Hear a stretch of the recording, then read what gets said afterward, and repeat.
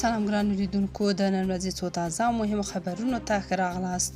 ملا یعقوب مجاهد امر کړی چې د بې سرنوشته مجاهدینو جلب و جذب لړۍ پیل شي.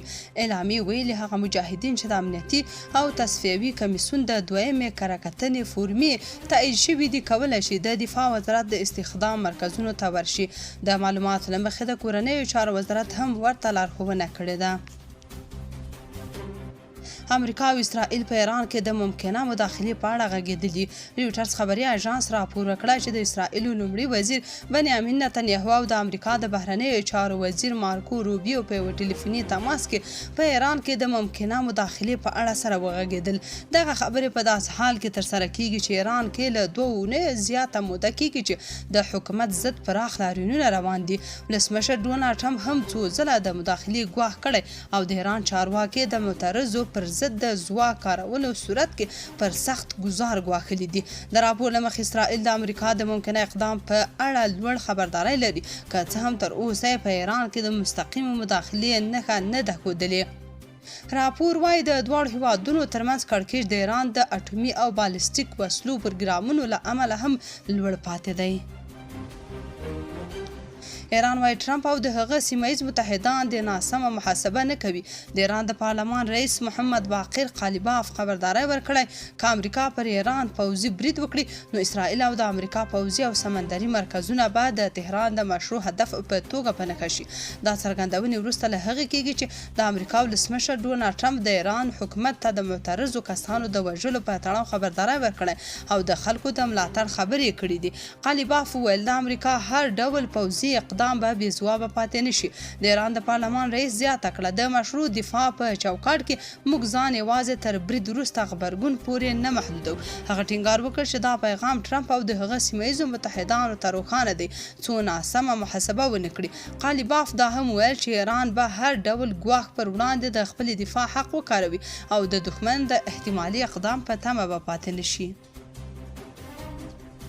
د پاکستان بانکونه د بهرنۍ اسعارو له کمښت سره مخ دي. د پاکستان مالیې وزارت او بانکونو شمیرې ښایي چې د 2025 کال دویمه نیمایي کې د خلکو، صرافیانو او شرکتونو له لوري په بانکونو د پیسو د پلور کچه 4.50% کمه شوې. د شمیرو له مخې جون میاشت کې په بانکونو د بهرنۍ اسعارو د پلور کچه 480 میلیونه ډالرو ته رسېدلې، خو اوس دا شمیر تر 220 میلیونه ډالرو هم کمه شوی دی. کارپوهان د اسعارو حوالو کمښت په بانکونو د خلکو بې باوري، د پاکستان بهرنۍ سوداګرۍ کې ستونزې، نغدو پیسو ساتلو ته د خلکو او شرکتونو لیوالتیا زیاتېدل او د مرکزي بانک سخت دریځه سیاستونه د دې کمښت اصلي لاملونه بولي.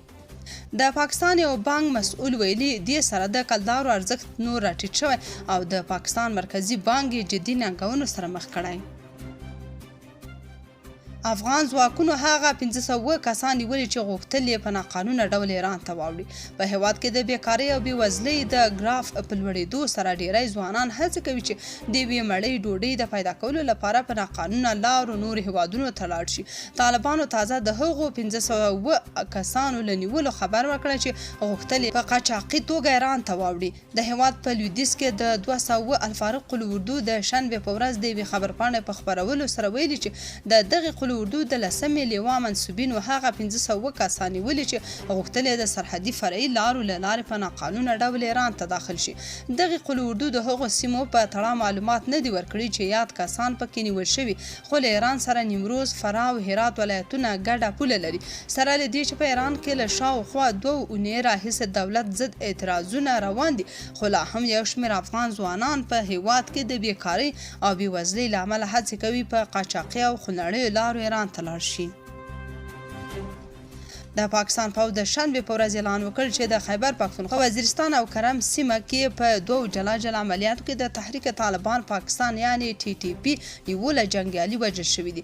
پوځ په دغو عملیاتو کې د یو شمېر وسلو او مهماتو ترلاسه کولو خبر هم ورکړی دی.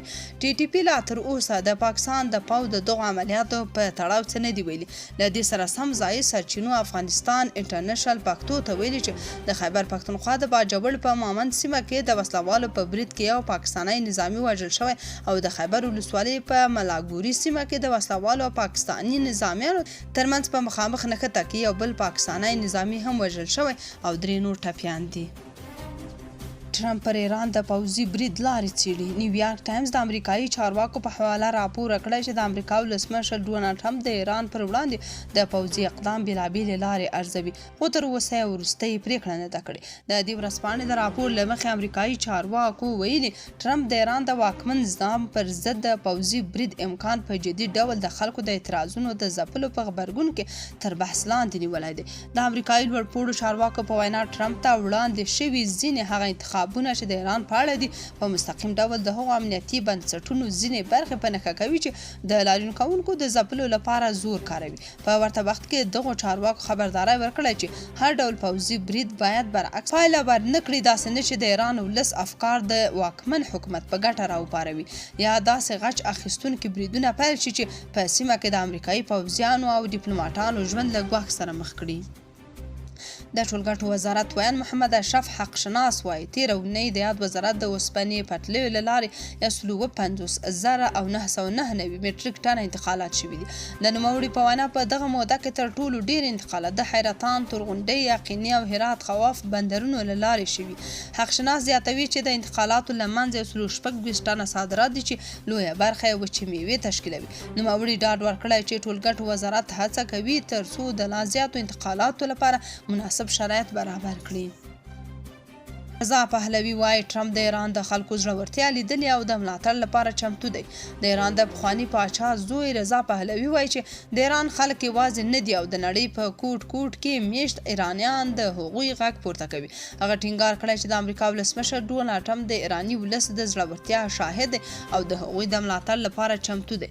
رضا پهلوي د ایکس له لارې په خپل وروستي پیغام کې خلکو ته ویلي چې د نړۍ په بېلابېلو هیوادونو کې د دوی هیوادوال د هغوی د اعتراضونو ملاتړ کوي او د ټلویزیوني خپرونو له لارې د پراخ حضور انځورونه لیدل کیږي. هغه له خلکو غوښتي چې سړکونه پرې نږدي او خپل اعتراضونو ته دوام ورکړي او زیاته کړې ده چې زما زړه له تاسو سره دی او باور لرم چې ډیر ژر به ستاسو ترڅنګ وو. رضا پهلوي د نړیوال ملاتړ یادونه هم کړې. په ځانګړي ډول د ټرمپ یاد کړې چې د ازادې نړۍ د مشر په توګه د ایران د خلکو زړورتیا ستایي او د هغوی د ملاتړ ژمنه کړې ده.